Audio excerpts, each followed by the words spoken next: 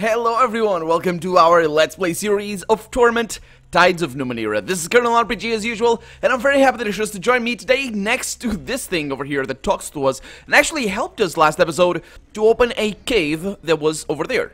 And we looked at it on the map last episode, and that's to the trade post. Yeah, that's the maw over there. So I want to go there, I want to go everywhere really, and there's bridges. I suppose it kind of would work, maybe? I don't know. But anyway, we're trying to figure out if we can find some memories here on these things that can help us.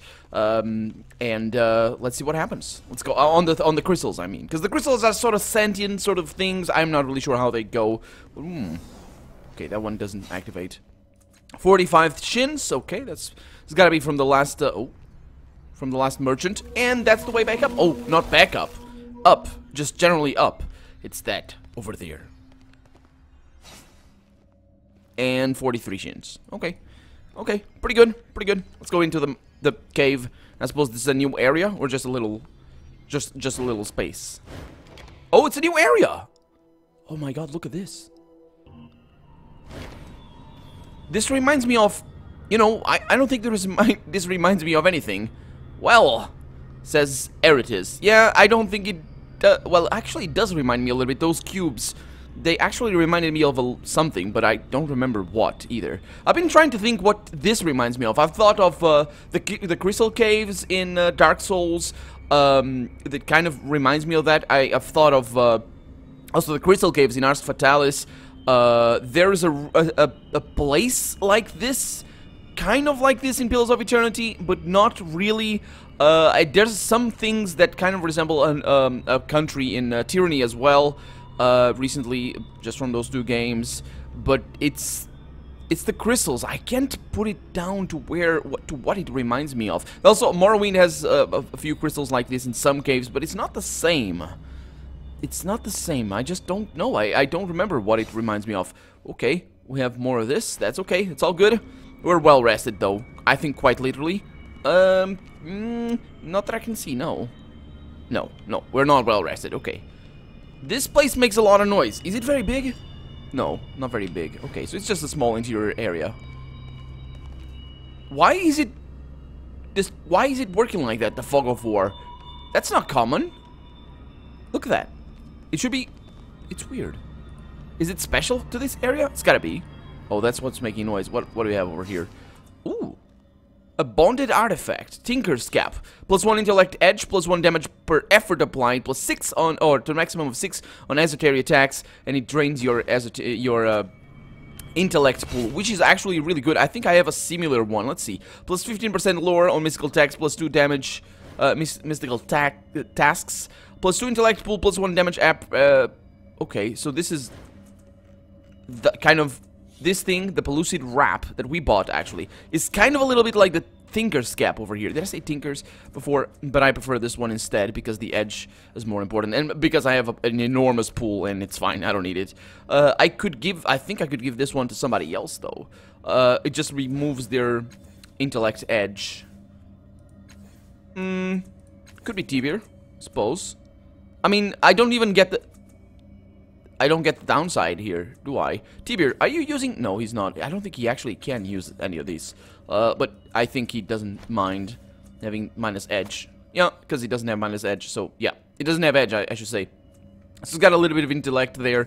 That is pretty cool. Yeah, and basically I don't get downsides with these things. Because my concentration skill mitigates that. So, I shouldn't. Yeah, there we go. So no downsides to that one. You just plus that. Pretty good, pretty good. Okay. Moving on. Moving on. What is that? Looks like part of a building or something. Okay. Okay. That looked like a person or something, but it's not. It's just things. This device seems to be the source of the low hum that permeates the cavern. It's receiving power through thick cables from 2 large machines against the wall. Indeed, and I think I'm gonna need to mess with those. A Phobit appears to be trapped in the central crystal. It flickers excitedly. Okay. This machine is similar to the one next to it, but it doesn't have any sort of interface or control panel. Is that what I think it is? It's got a few readouts and stuff. An impenetrable field of energy seals off part of the cave. Okay, yeah, I'm gonna mess with that. Can I look in? No, I can't look into there.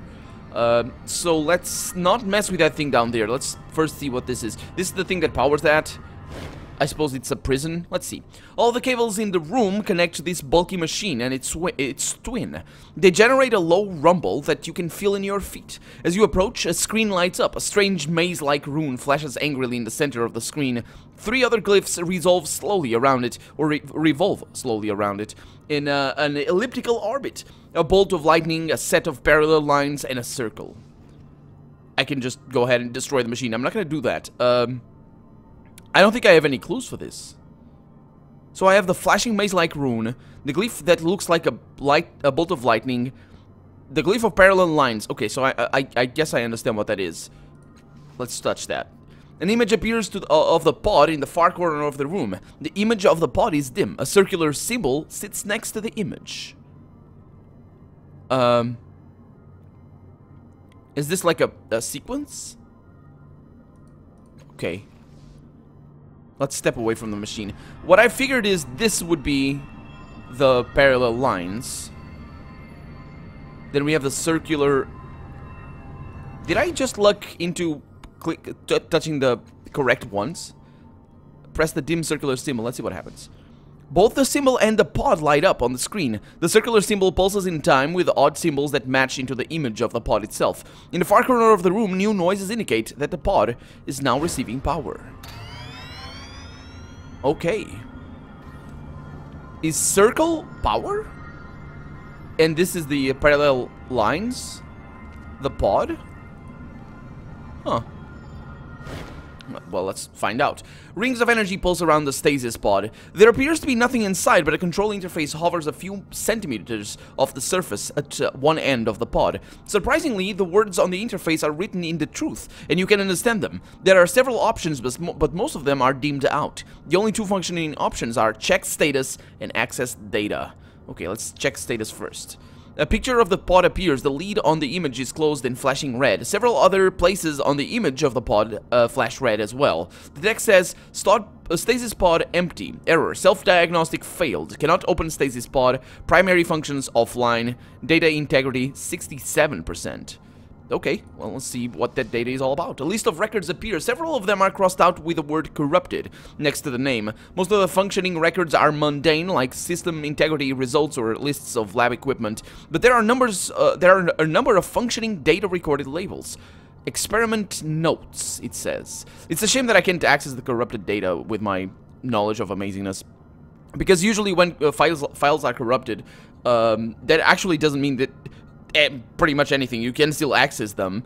You just have bits of them that doesn't well, quite literally bits of them that are not correct, and that's what it means. Usually when something is corrupted, well, in my experience, more often than not, it's just like images. Sometimes you'll see images that they've stored for too long, and basically bit rot has got to them, and that's a terrible thing that humanity is gonna need to solve. Well, it has solved already, but just in terms of a widespread computing, bit rot is just terrible.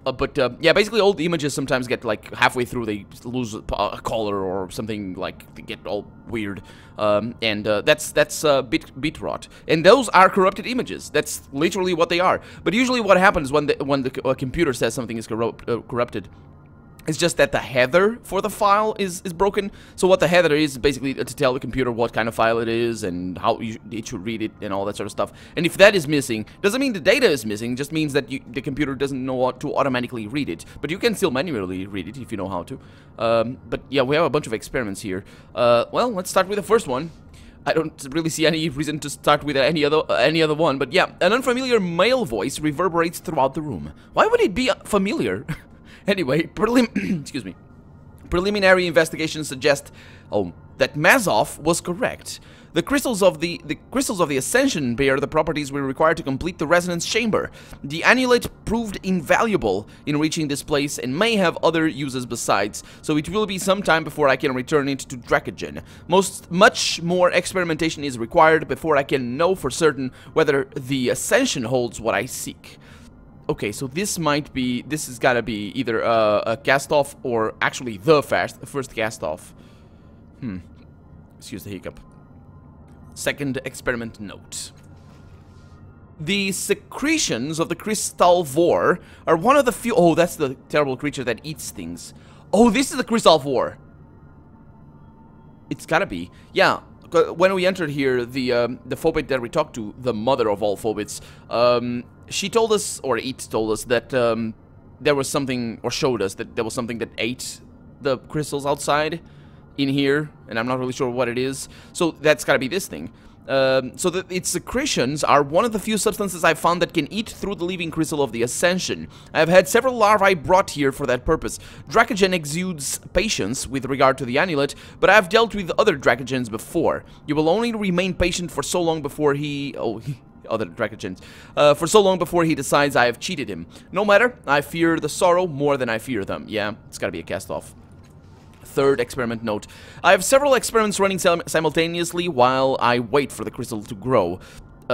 True to their name, the crystal vores have proven quite adaptable to this environment and invaluable to this part of the process. The Ascension natives may prove useful as well. I had ignored them initially, for although their speaker is capable of cogent communication, it has proven useless in providing any real information. However, I have since seen other natives accomplishing some remarkable feats with the crystal itself, so I captured one for study. Oh, okay, so that's not the crystal vor. We shall see if there's more I can learn from it. Several of the crystal vor larvae hatched prematurely and escaped. It's unclear how it happened, but I suspect that someone came looking for the amulet while I was buying supplies in Sagas. No doubt they tampered with my machines in their efforts to find it. And the voice sighs. To prevent further sabotage, I have placed... Okay, so this... I just remembered that this is voiced, and I remembered about the strange... the unfamiliar male voice. That kind of explains why the game would feel the need to tell me it's unfamiliar, so it would stop my rampaging theory crafting. Yeah, it's not the first cast-off, it's somebody else. It might not even be... No, it's gotta be a cast-off, but it's just somebody that we don't know. Or haven't talked to yet, anyway. Yeah, wait a minute. It's the Changing God. Right? I'm trying to remember if Dracogen told us who actually took the amulet. Anyway, to prevent further sabotage, I have placed the amulet and the remaining larvae behind an energy field.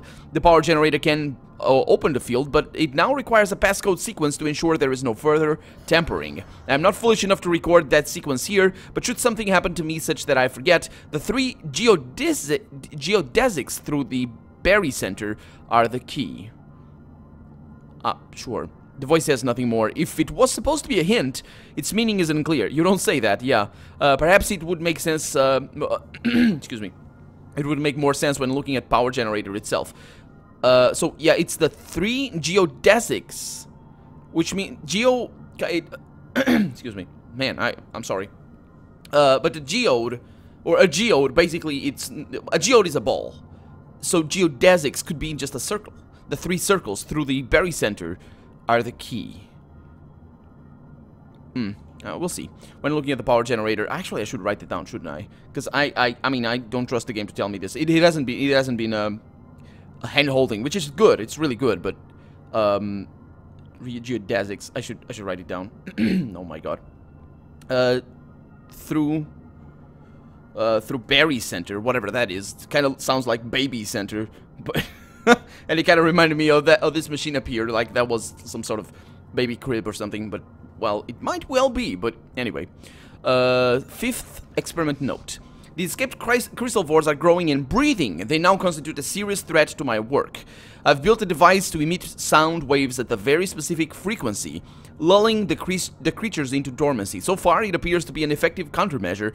Oh, that's that device over there. Yeah. But I shall have to keep careful watch to be sure. I must also make sure that the power generator does not experience any interruptions lest they wake again.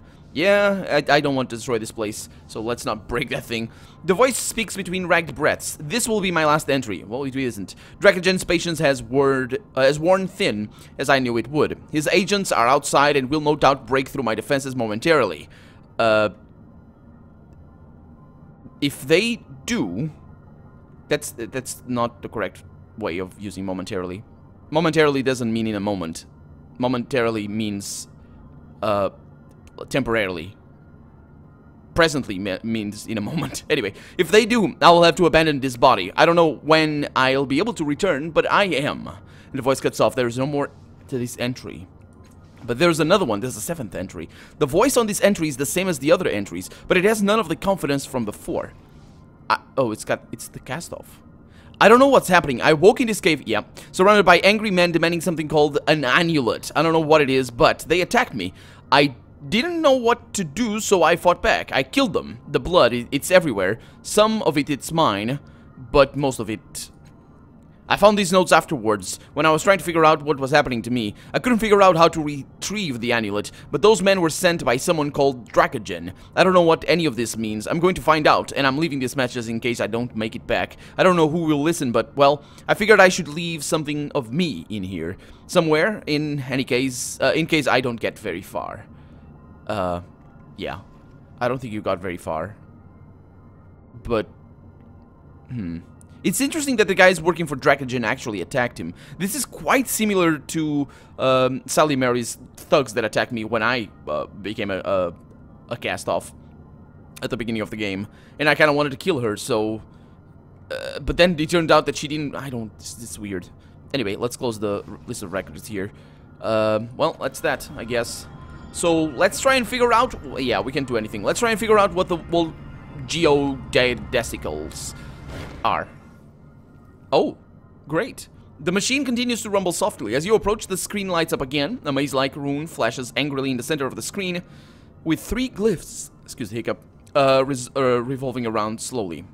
Okay. So, flashing maze-like rune, I know.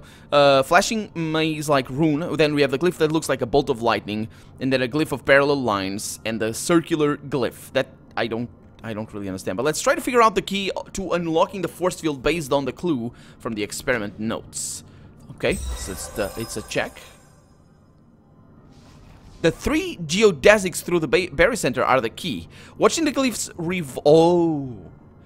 watching the glyphs revolve around the central rune, the meaning suddenly becomes clear. The symbols increase and decrease in size as they move around the rune, traveling more quickly when they come close to it, and slower when they're farther away. They aren't revolving, they're orbiting. The rune is the barycenter. The definition of geodesics rise from... It could be. Yeah, it could be just planets, like geodes. Because, you know, geo means Earth. Or sort of. Anyway, geodesic rises from the depths of your mind as well. It means a great circle track. Oh! Is that real, or... The shortest line between 2 points on a sphere. Really? That's pretty cool. On a hunch, there's also by the way, there's also sorts of names for all sorts of geometrical shapes and all this sort of stuff. Calculation results and all that.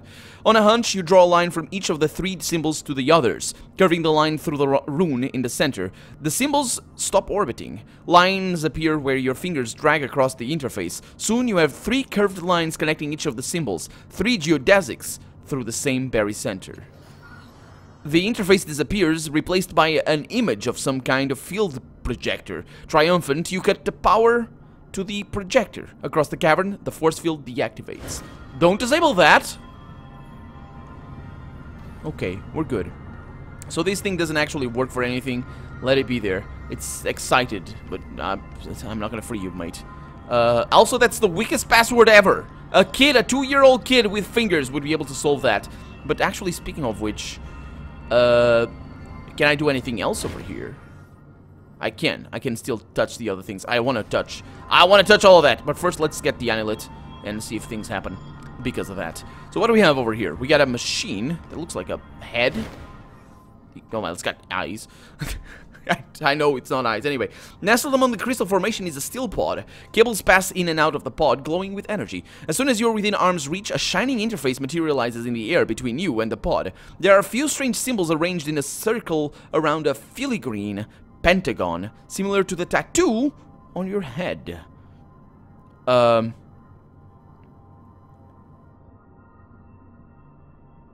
Let's touch...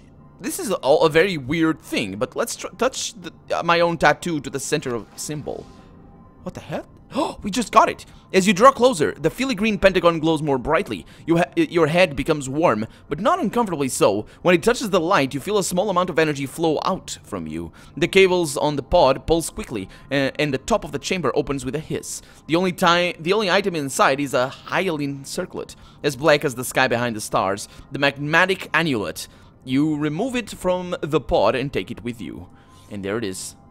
There it is. This crystalline circlet is as black as the sky behind the stars. It twists and curls in eye-bending patterns, emanating power as if absorbing, ensnaring the realities of the world. It is kind of weird, yeah. Sure. Making a note. The chamber hisses shut, and the interface vanishes. Aww. I can't do anything else? Now that it's empty, the pod has sealed itself shut. The shining interface no longer appears when you're nearby. Okay, well, we have other things to get. If I can click there, but I can't because my guys are standing in the way. Seriously, get out of my way. Ooh! We have a cipher. Hyra's Fury. Deals a bunch of damage. I'll not use the item, but I will take it. Thank you. Also, I'll keep an eye on my cipher limit. Everything is good. Let's see what we have here. We have another cipher. Yes, we do. Devouring Shell.